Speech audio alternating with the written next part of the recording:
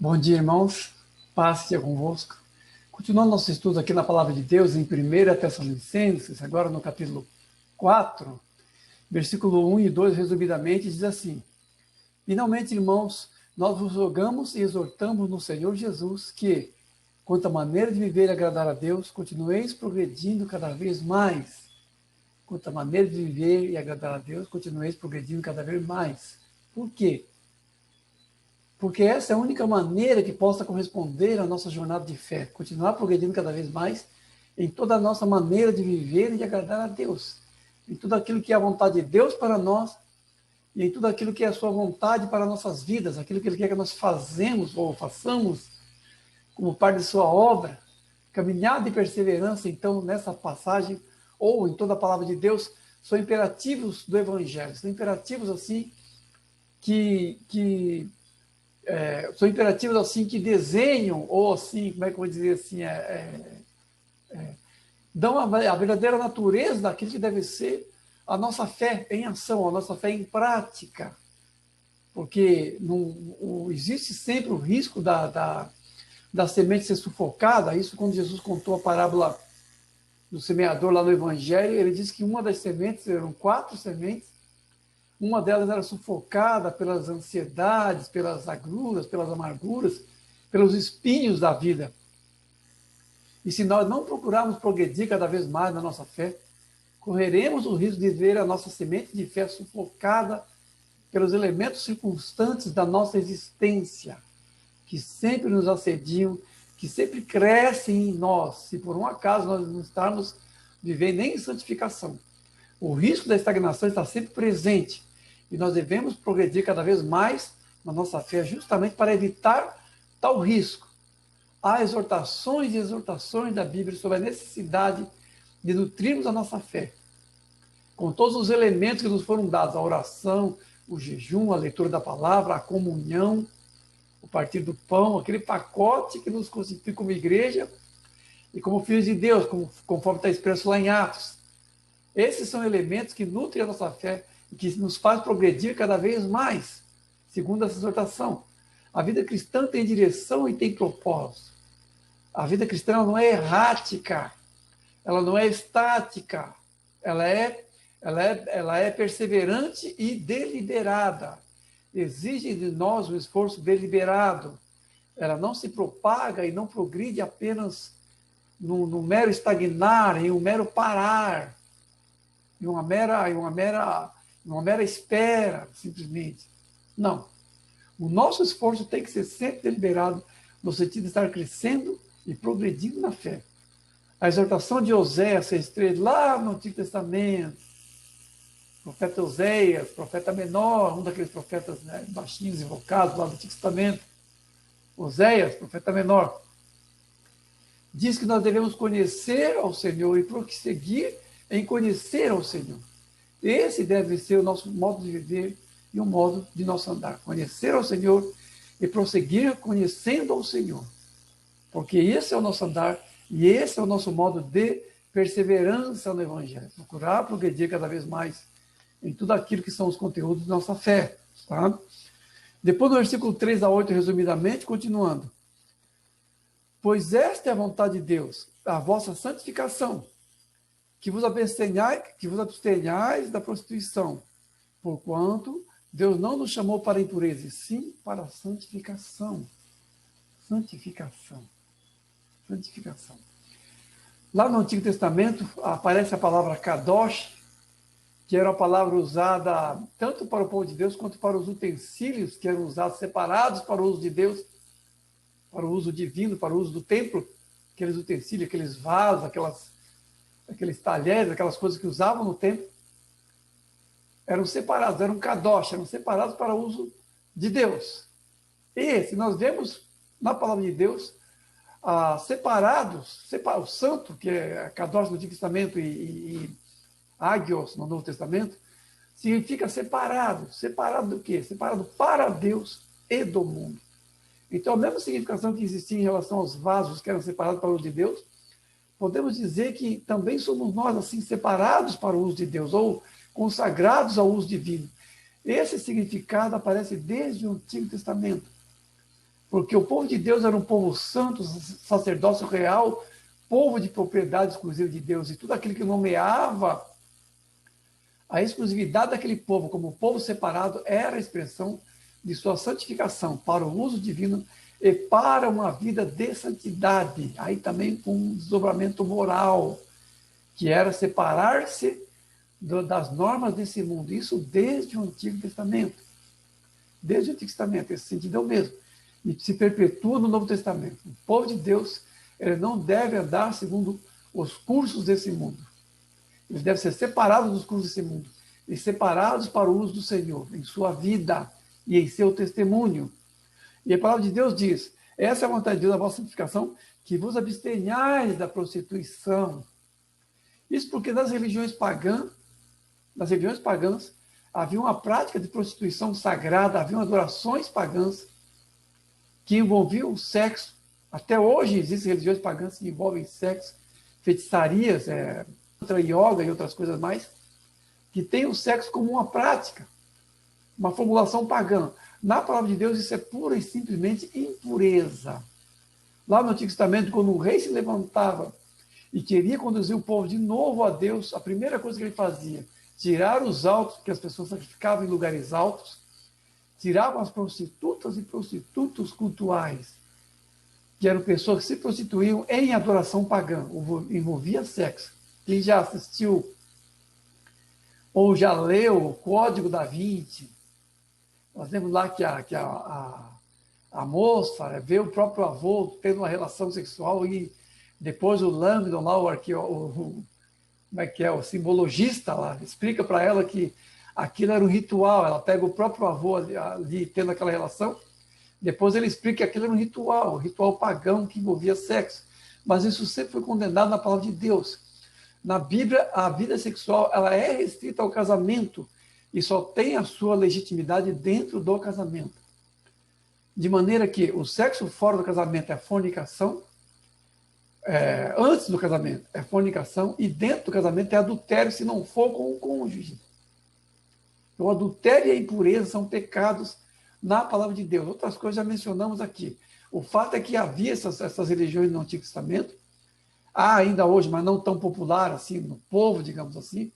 No Brasil, pelo menos, mais popular o catolicismo e não uma forma pagã, de adoração pagã, mas havia isso. E havia essa prostituição sagrada, chamavam de prostituição sagrada.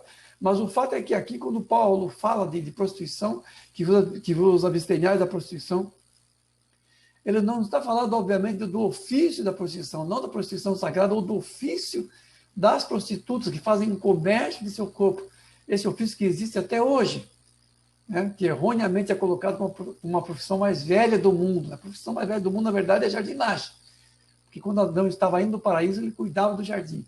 Então, a profissão mais velha do mundo é a jardinagem, não é a prostituição, não, conforme fala. Né? O fato é que aqui Paulo não se refere ao ofício, mas ele usa a expressão prostituição para se referir à impureza de maneira geral. O texto é claro aqui, que vos abstenhais da prostituição, porquanto Deus não nos chamou à impureza, e sim para a santificação. Então, o contraste aqui entre uma vida de santidade e uma vida da impureza. Então, no caso aqui, a pureza sexual. Nós falamos da santificação de maneira geral, como uma norma de vida agradável a Deus, tendo o amor como norma principal da santificação. Mas aqui, nesse trecho especificamente, Paulo está nomeando a santificação especialmente ou especificamente naquilo que se refere à vida sexual. Ao evitar de se ter relações sexuais antes do casamento, isso é fornicação, e dentro do casamento, no adultério. Porque uma relação sexual que não é com o cônjuge, no caso, é adultério. Então, essa sempre foi a norma assim, de pureza sexual na Bíblia. O fato é que santificação é exigência para a nossa vida em todos os seus termos, nesses termos específicos de vida sexual sadia dentro de Deus, dentro do casamento, mas também em termos gerais, porque são os únicos elementos que correspondem a um Deus santo na vida. Porque lá no Antigo Testamento a exortação do Senhor era essa: sede santo, porque eu, o Senhor, sou santo. Nós temos um Deus santo e, portanto, temos que viver em santidade. Sem santidade, ninguém verá o Senhor. Versículo 9 a 12 depois. No tocante ao amor fraternal, estáis por Deus instruídos que deveis amar-vos uns aos outros. Contudo, vos exortamos a progredir cada vez mais. Vem de novo, progredir cada vez mais. Tá? Segunda vez que ele fala, progredir cada vez mais. O amor fraternal, de novo a exortação ao amor, de novo a exortação a progredir cada vez mais. Por quê? Porque o amor é a interioridade mais significativa do Evangelho. Se o nosso coração enganoso muitas vezes é a saída da nossa vida, o amor deve ser a saída da nossa vida espiritual. Deve ser substituído. Nosso coração deve ser regenerado e ao invés de ele ser as nossas saídas para aquilo que nos conduz ao pecado, o amor deve ser a nossa saída em relação àquilo que devemos a Deus como amor e também ao nosso próximo. Por isso a exortação aqui, no tocante ao amor fraternal, estáis instruídos que deveis amar uns aos outros. Isso nós devemos para o nosso próximo. Uma dívida perpétua que temos ao nosso próximo. O amor. Devemos sempre isso a Deus e ao próximo. Essa internacionalidade do amor que deve ser sedimentada, que deve ser assim trazida para o nosso coração, a ponto de ser um princípio, a ponto de ser uma saída do coração, ela é provada por aquilo que é o nosso modo de vida em comunhão na igreja. Do que é feita a nossa comunhão? Do que é feita a nossa vida espiritual? É feita principalmente de amor fraternal. Porque é pelo amor que nós somos capazes de renunciar em prol do nosso irmão. Renunciar muitas vezes à nossa razão, renunciar muitas vezes às nossas coisas, todas as formas de bondade, todas as formas de misericórdia, todas as formas de paciência, de tolerância que exercemos uns para com os outros, nos é facultado, nos é capacitada pelo aumento do amor em nossos corações. Se nós não crescermos em amor, de fato não estamos crescendo na fé, não estamos crescendo em nossa vida espiritual. E a exortação de 1 João 3,17 é: amados, filhinhos, ele fala filhinhos, não amemos de boca nem de palavra, mas de fato e de verdade. Então nós não devemos, o amor não deve ser o nosso discurso, o amor não deve ser o tema de nossas pregações, criando no mundo. No mundo o amor é poesia. No mundo o amor assim é uma norma assim procurada, tema de filmes e séries e novelas e tudo mais. Mas não é o amor de Deus. Não é esse amor desinteressado, não é esse amor que tudo crê, que tudo espera, que tudo suporta, que é o verdadeiro amor de Deus. É um amor mundano, mais emocional do que outra coisa. Mas a exortação de João é que o nosso amor seja efetivo. E que o amor não seja apenas algo que está na nossa boca, mas que seja manifestado em atos de solidariedade, de bondade e de misericórdia. Somente o amor pode nos capacitar a isso. E a exortação para progredir cada vez mais leva em conta que nós temos assim uma progressão que deve ser sempre buscada nisso. E que nós nunca amamos da maneira que devemos amar. Progredir cada vez mais em conhecer a Deus, progredir cada vez mais no amor. São imperativos que fazem com que a nossa vida espiritual não seja estática. Devemos progredir cada vez mais no amor, para que nada em nossas vidas seja paralisada de alguma maneira, estática ou apática de alguma maneira. Porque tudo no Evangelho é progressivo e é dinâmico. Tudo no Evangelho é vivo e deve estar em processo de crescimento. Amém? Depois aqui no versículo 13 a 18, já assim encerrando, diz assim, resumidamente, acerca dos que dormem, não queremos que sejais ignorantes, porquanto o Senhor mesmo, dada a sua palavra de ordem, ouvida a voz do arcanjo, ressoada a trombeta de Deus, descerá dos céus, e os mortos em Cristo ressuscitarão primeiro, depois nós, os vivos, os que ficarmos, seremos arrebatados juntamente com eles, entre as nuvens, para o encontro do Senhor nos ares. Acerca dos que dormem, quem são os que dormem? Os que dormem aqui nada mais é do que uma metáfora para os que morreram, só isso. Os que dormem são os que morreram. Agora, os que morreram estão num sono eterno, como creem adventistas, como creem testemunhos de Jeová, como crê a ciência, que na morte se acaba a vida humana? Não. Porque, como diz Paulo lá em Filipenses 1:23, ele deseja partir e estar com Cristo, o que é muito melhor. Mas, por amor dos irmãos, é necessário que ele continue um pouco mais na carne, nesse mundo. Então, na morte física, o crente vai ter com Jesus. Assim como Lucas 16 também diz que a pessoa que não vive o evangelho vai para o inferno também. Na morte física vai para o inferno. Então, na verdade, o que dorme é o corpo. Não é a pessoa em si, mas o corpo. Porque a sua parte interna, a sua parte abstrata, seu espírito e sua alma, ou estão com Deus, ou estão no inferno. Isso a Bíblia fala muito claramente em passagens como Filipenses 1:23, no capítulo 6 também de Apocalipse, os santos estão diante do altar de Deus, pedindo assim que Deus faça justiça aos habitantes da terra, e é dito para eles esperarem um pouco mais, até que o número dos que iam ser mortos como ele se completasse. Então é Apocalipse 6. Depois em Lucas 16, na palavra do rico e de Lázaro, vemos um juízo imediato. Esse juízo não nega, obviamente, aquele juízo final na segunda vinda de Cristo. Porque o que vai acontecer na segunda vinda de Cristo é a adoção do nosso corpo, como diz lá em 1 Coríntios 15, a redenção do corpo. Essa é a nossa esperança futura. Por isso que às vezes Paulo fala dessa esperança futura, as pessoas confundem, acham que pelo fato de Paulo falar de uma esperança futura, significa que só na redenção que vai haver, só na segunda vinda de Cristo é que vai haver redenção. Não, a redenção já acontece no momento da morte, já se está com o Senhor. Mas a bendita esperança é a adoção do nosso corpo, como está lá em 1 Coríntios 15. A redenção do nosso corpo. Porque quando as pessoas morrem, elas já vão ter com Deus. Isso aconteceu com Paulo, com Estevão. O próprio Senhor entregou o seu espírito ao Pai quando ele morreu. Enquanto o seu corpo foi perfumado e sepultado e tudo mais. Então, uma primeira coisa que eu quero dizer é que essa linguagem com relação aos que dormem não significa o sono da alma, como alguns acreditam, mas simplesmente o corpo sepultado esperando pela ressurreição. Essa é a linguagem que se refere ao sono, ou é uma linguagem metafórica com relação à morte do corpo, porque o espírito e a alma sobrevivem à morte física. Que isso fique bem claro. Depois Paulo continua. Porquanto o Senhor mesmo, do que ele está falando aqui? Da sequência de eventos na segunda vinda de Cristo. Porque ele está falando do quê? Da redenção final. Ele está falando da esperança na redenção final. Ele não está falando da vida após a morte simplesmente. Ele está apontando para a ressurreição final, como esperança final e derradeira dos crentes. A esperança maior dos crentes está na redenção.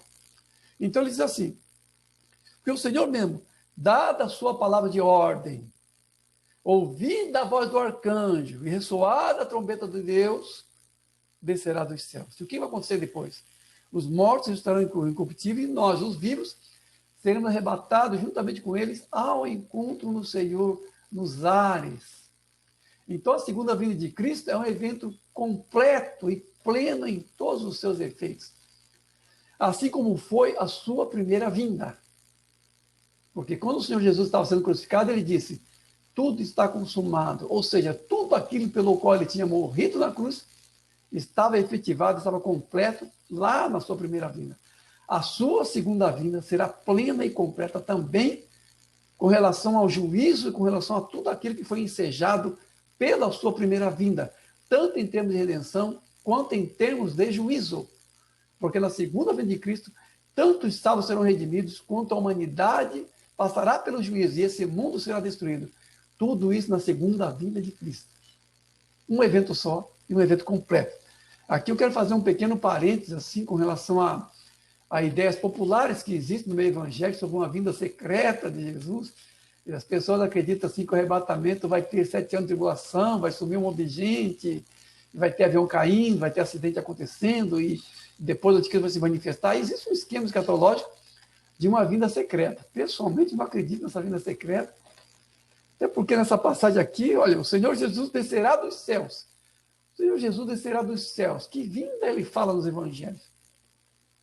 Eis que vem com a nuvem, todo olho verá.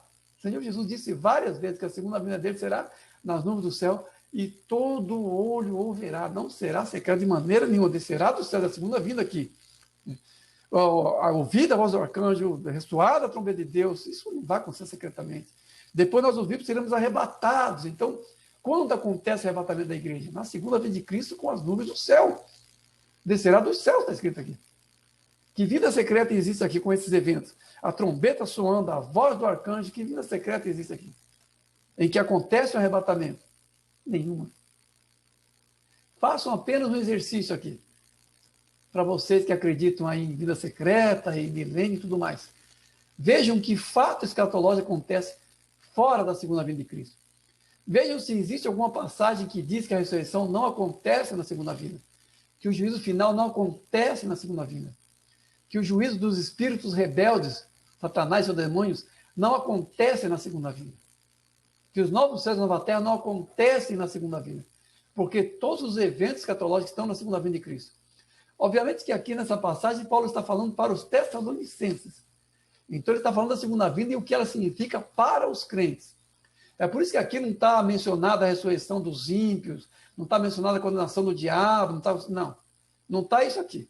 Mas se você pegar todos os eventos escatológicos, todos eles, a ressurreição, o juízo final, a condenação eterna, os novos céus e nova terra, todos esses eventos estão na segunda vinda de Cristo. Mesmo que não haja uma passagem que mencione todos eles de uma vez só. Mas eles estão na segunda vinda de Cristo. Se vocês usarem o Google como chave bíblica e procurar aí ressurreição, arrebatamento, vimos que é arrebatamento, novos céus e nova terra, vocês não vão ver esses eventos acontecendo em nenhuma outra ocasião, senão na segunda vinda de Cristo. Então, pessoalmente, acredito assim. É claro que há irmãos sinceros, irmãos assim, abençoados, que acreditam de maneira diferente. Eu não estou assim também dizendo que isso tem uma grande implicação, mas eu quero apenas dizer para os irmãos que, pessoalmente, eu vejo desse jeito, e em passagem como essa, é isso que eu vejo. A segunda vinda de Cristo como elemento completo, sem nenhuma necessidade de uma vinda secreta, e que depois disso vem a eternidade. Porque se a segunda vinda de Cristo está no juízo final, a condenação e a ressurreição, a ressurreição da condenação, a ressurreição para a vida, a condenação de Satanás e seu demônio e tudo mais, esse é o evento final. Depois disso só vem a eternidade. Eu não li aqui, mas depois disso assim, estaremos para sempre com o Senhor. É o que se segue depois disso. Então a segunda vinda de Cristo é isso. É isso. Uma vida única e completa para todos os seus objetivos. Esse é o significado da segunda vinda e era o que significava para a igreja primitiva.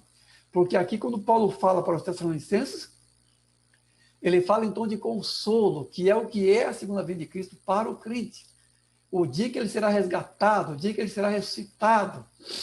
Paulo até tinha uma esperança que parece, nós os vivos seremos arrebatados juntamente com eles.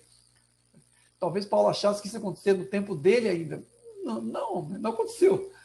Mas eu diria assim que pelos eventos que estamos vendo se processando no mundo, diria sim que a segunda vinda realmente está se aproximando. Obviamente tem muita água, vai correr debaixo dessa ponte.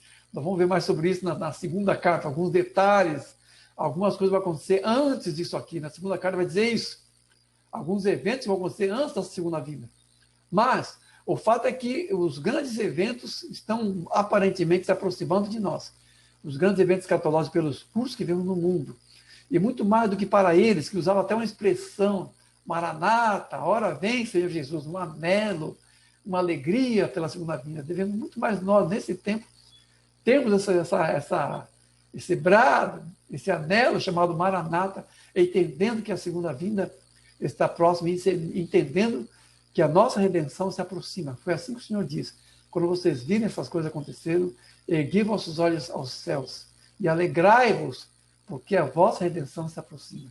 Isso é o que é a segunda vinda para nós, um motivo de grande consolo e de grande esperança, quando seremos finalmente revestidos de nossa habitação celestial, e assim estaremos para sempre com o Senhor. Amém? Deus abençoe os irmãos.